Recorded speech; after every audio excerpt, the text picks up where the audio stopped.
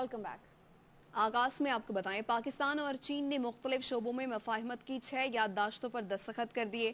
وزیراعظم شہباز شریف اور چینی نائب وزیر اعظم بھی موجود تھے. تقریب سے خطاب میں وزیر اعظم شہباز شریف نے کہا، پاک چین اقتصادی راہداری کا دوسرا مرحلہ نئے ماڈل کے تحت آگے بڑھائیں گے. زراعت اور انفارمیشن ٹیکنالوجی کے شعبے میں تعاون کو فروغ ملے گا. پاک چین دوستی میں کسی بھی قسم کی رکاوٹ کو برداشت نہیں کیا جائے گا. وزیر خزانہ اسحاق ڈار نے کہا ہے کہ یقین ہے کہ پاکستان کی معیشت بہت جلد مستحکم ہو جائے گی. بینک آف چائنا اسلام آباد برانچ کی افتتاحی تقریب سے خطاب کرتے ہوئے وزیر خزانہ نے کہا، بینک آف چائنا اور پاکستان کے درمیان تعاون جاری رہے گا. Extend my heartfelt thanks to all these institutions that helped in supporting Pakistan in the difficult times. We have resumed that journey again. So I believe this one road, one belt, and its extension of CPEC corridor. It's a great, a great idea, a great project, and it's future of the economic world, in my opinion. And I'm sure in the years to come we'll see its benefits to the common man. The years to come we will all benefit from this great idea of His Excellency President Xi. I'm sure RLB is going to be internationalized very soon. Our cooperation will take our partnership both in terms of economic and diplomatic ties in the world, to the further new heights. Pakistan stock market 2 سال کی بلند ترین سطح پر پہنچ گئی. 100 index 1000 point سے تجاوز کر گیا. کاروباری ہفتے کے پہلے دن پاکستان سٹاک ایکسچینج میں زبردست تیزی دیکھنے میں آئی ہے. مارکیٹ 24 ماہ کی بلند ترین سطح پر پہنچ گئی ہے. ٹریڈنگ کے دوران 1028 پوائنٹس کا اضافہ ہوا، جس کے بعد 100 انڈیکس 48104 پوائنٹس پر ٹریڈ کر رہا ہے. ماہرین کا کہنا ہے پورٹ فولیو سرمایہ کاری آ رہی ہے، جس سے سٹاک مارکیٹ میں بہتری آئی ہے. IMF معاہدہ اور عرب ممالک سے پاکستان میں سرمایہ کاری کی خبریں بھی سرمایہ کاروں میں بھی اعتماد کی وجہ بتائی جا رہی ہے. اور لیے چلتے ہیں آپ کو ایوان صدر، جہاں اس وقت تقریب کا انعقاد جاری ہے. چینی نائب وزیر اعظم اس تقریب میں شریک ہیں اور یہاں پر ان کو اعلیٰ ترین اعزاز سے بھی نوازا جائے گا.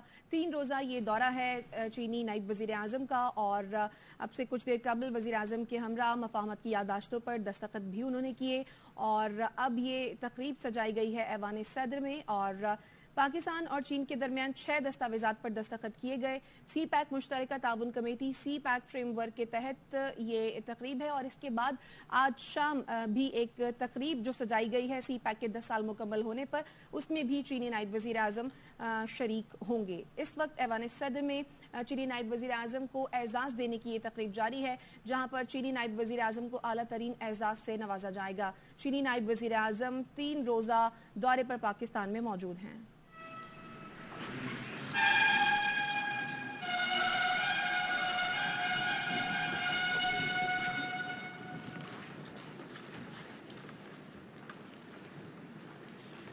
The national anthem.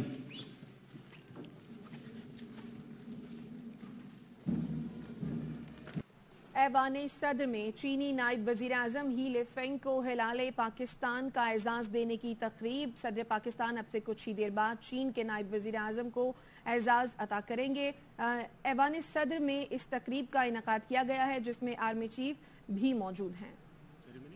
بسم اللہ کریں جناب. 总统先生，请允许我开始今天的授勋仪式。 I request Qari Ihsanullah Kakar for recitation from the Holy Quran. 接下来诵读《古兰经》。 أعوذ بالله من الشيطان الرجيم.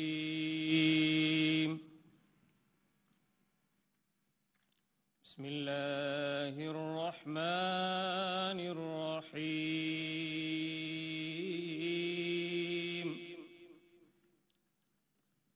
الله لا إله إلا هو الحي القيوم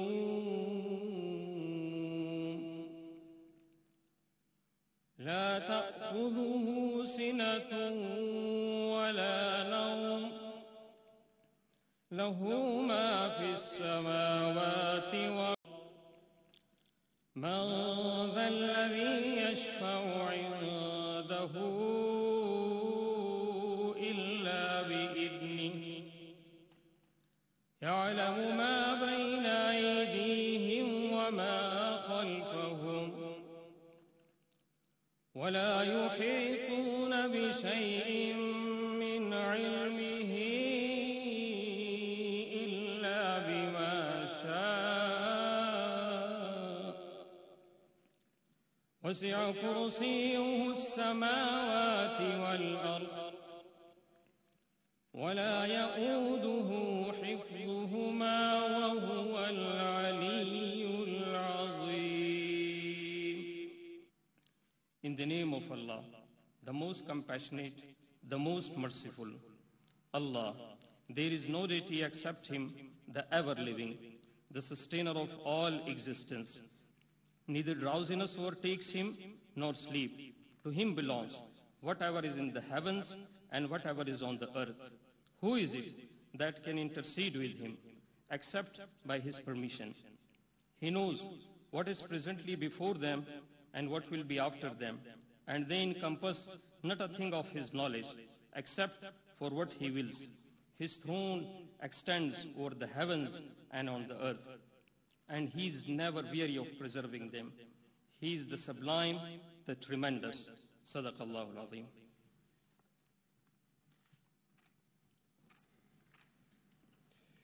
His Excellency Ha Lifang. 请何副总理起身前行至红毯处。 His Excellency Mr. Ha Lifang is currently serving as the Vice Premier of the State Council. He is also a member of the Politburo of the Communist Party of China. Vice Premier has previously served as Vice Chairman of the CPPCC National Committee, the Chairman and Party Secretary of National Development and Reform Commission of China. The Commission not only organizes the implementation of strategies and plans for economic and social development, but also promotes the joint constitutional implementation of the Belt and Road Initiative. Born in 1955, Mr. Ha Lifang studied finance at the reputed Xiamen University and gained a doctorate in economics in 1998. He began his political career in Fujian province, where he served in important positions, including as the party secretary of Fujian and Xiamen cities. Mr. Ha Lifang later served as the party secretary of Binhai New Area and deputy secretary of Tianjin Municipality and chairman of the Tianjin People's Political Consultative Conference. Mr. Ha Lifang is a great friend of Pakistan and is an ardent advocate of Pakistan-China friendship. As the chairman of NDRC, he oversaw the planning of the 1+4 cooperation model under CPEC, with a greater focus on industrialization and socio-economic development of Pakistan.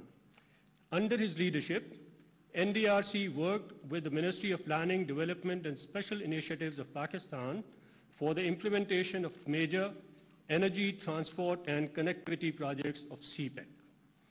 In recognition of his services towards Pakistan and for promoting China-Pakistan Economic Corridor, the President of Islamic Republic of Pakistan is pleased to confer Hilal-e-Pakistan on Mr. Ha Lifang.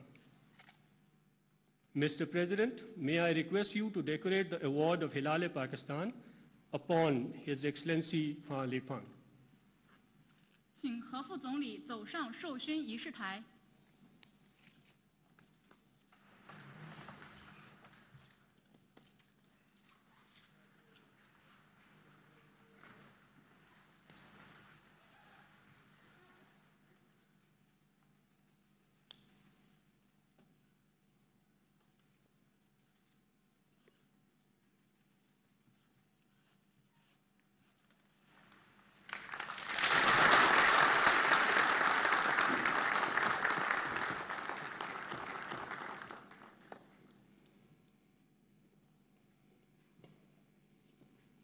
Mr. President, may I have your permission to close the investiture ceremony? 总统先生，请您宣布仪式结束。 Thank you, distinguished guests. The formal proceedings of the special investiture ceremony are now.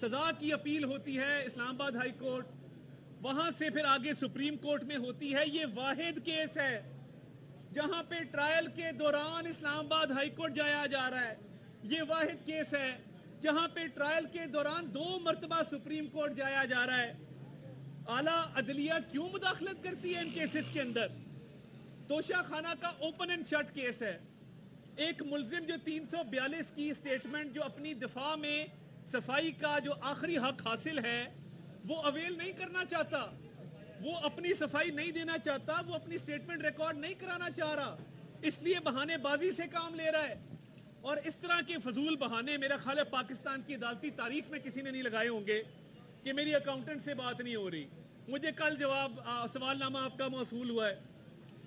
اعلیٰ عدلیہ کی مداخلت بار بار کروانے کی جو کوشش کی جا رہی ہے, اس کو پتہ ہے کہ یہ چور ہے, پتہ ہے کہ توشہ خانہ کی چوری کی ہے, تحفے ڈکلیئر نہیں کیے, پتہ ہے کہ جو علی ظفر, اب دیکھیں علی ظفر صاحب ان کے وکیل ہیں, انہوں نے الیکشن کمیشن کی پروسیڈنگ میں مانا کہ ہم نے یہ تحفے بیچے ہیں, مانا کہ تحفے بیچ کے رقوم حاصل کر کے بینک الفلاح کے اکاؤنٹ میں جمع کرائی ہیں. اب وہ جو اکاؤنٹ ہے اس میں اتنی رقم آئی نہیں جتنی کلیم کی جا رہی ہے. علی ظفر صاحب ہمارے وکیل تو نہیں ہیں, ان کے اعترافی بیان موجود ہیں.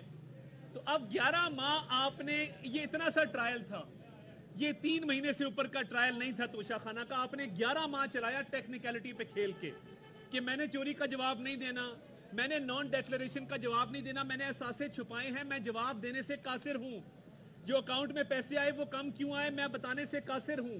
مگر آج پھر وہی روش ہے کہ آپ میرٹ پہ کیس آرگیو نہیں کروانا چاہتے, تکنیکی بنیادوں پہ اس کو ایک انڈیفینٹ پیریڈ کے لیے تاخیر کا شکار کرنا چاہتے ہیں, اس کو ڈیلے کرنا چاہتے ہیں تاکہ آپ سزا سے بچ سکیں, تاکہ یہ کورٹ فیصلہ کرے ہی کوئی نہ.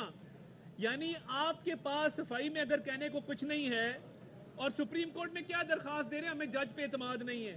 اسلام آباد ہائی کورٹ کا جو فیصلہ ہے جس میں انہوں نے کہا کہ ہم ٹرانسفر اپلیکیشن کا فیصلہ کریں گے, ابھی وہ فیصلہ مکمل طور پہ نہیں آیا, وہ انٹرم فیصلہ آیا ہے. اس انٹرم فیصلے کو سپریم کورٹ میں چیلنج کر دیا, نمبر الاٹ ہو گیا.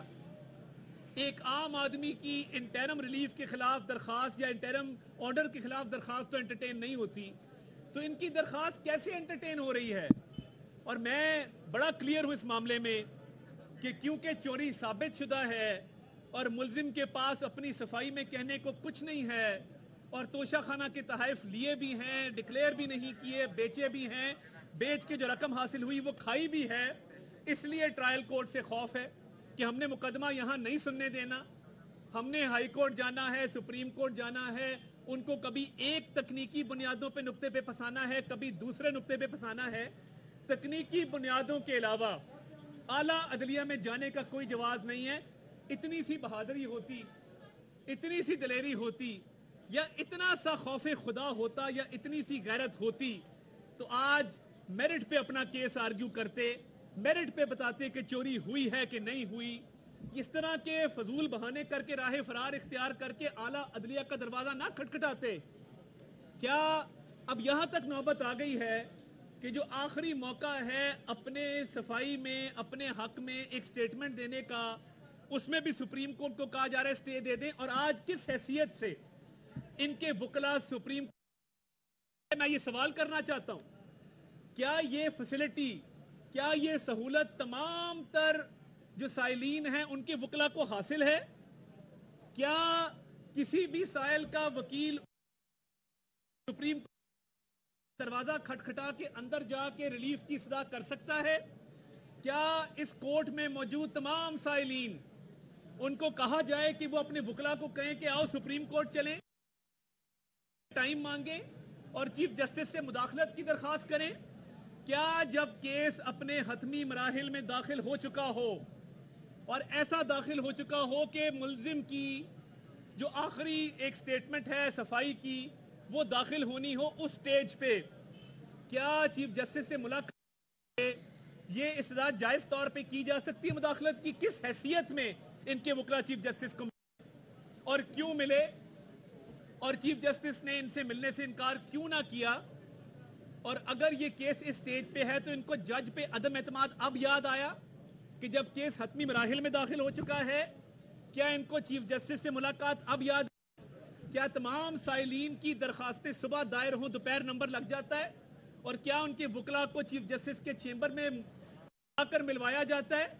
ایک ایسا انڈر ٹرائل اکیوزڈ اب تک کے لیے اتنا ہی. دیکھتے رہیے ARY نیوز.